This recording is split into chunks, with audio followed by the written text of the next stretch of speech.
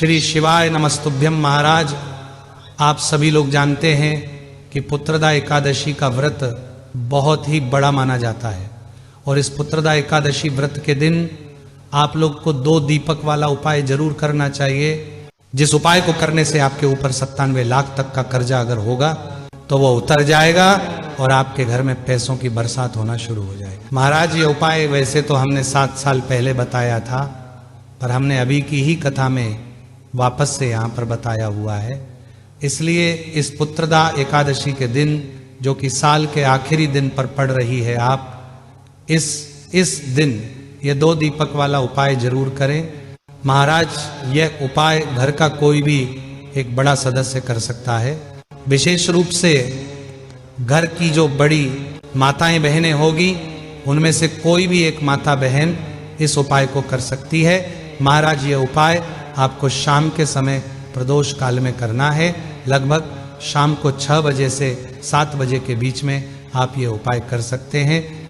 महाराज, इस उपाय को करने के लिए आपको 4 दीपक तैयार करने होंगे। आप चाहे तो ये दीपक आटे के भी बना सकते हैं या मिट्टी के भी ले सकते हैं। इसके बाद 2 दीपक में आपको लंबी बत्ती रखनी है और 2 दीपक में आपको गोल बत्ती रखनी है। अब इन चारों दीपकों में आपको शुद्ध देसी गाय का घी डालना है। महाराज, अब आप इन चारों दीपक को अपनी एक प्लेट में जमा कर रख लें। महाराज, अब आप लोगों को इन दीपकों को रखने के लिए 2 जगह पर जाना है और ये दीपक आपको घर से जलाकर नहीं लेकर जाना है, वहीं पर बैठकर जलाना है।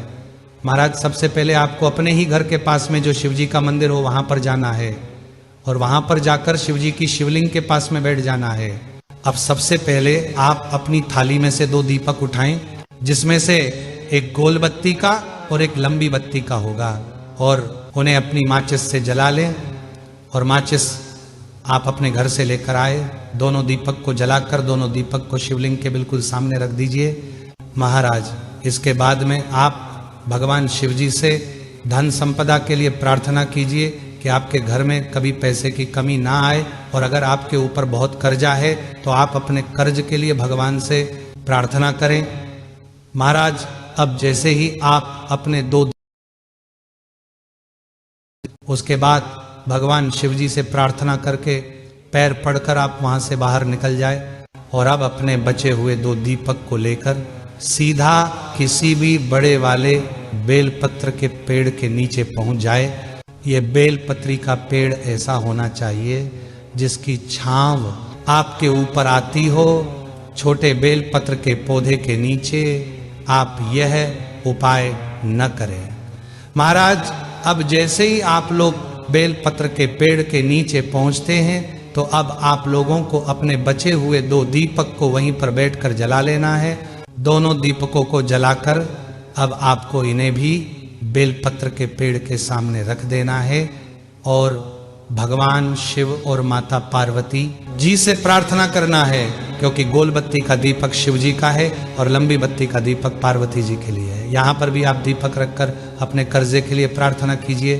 भगवान से प्रार्थना करें कि आपके ऊपर जितना भी कर्जा हो वो उतर जाए, या धन की कोई परेशानी है या फिर घर में पैसा नहीं आता है तो उसकी भी प्रार्थना कर ले।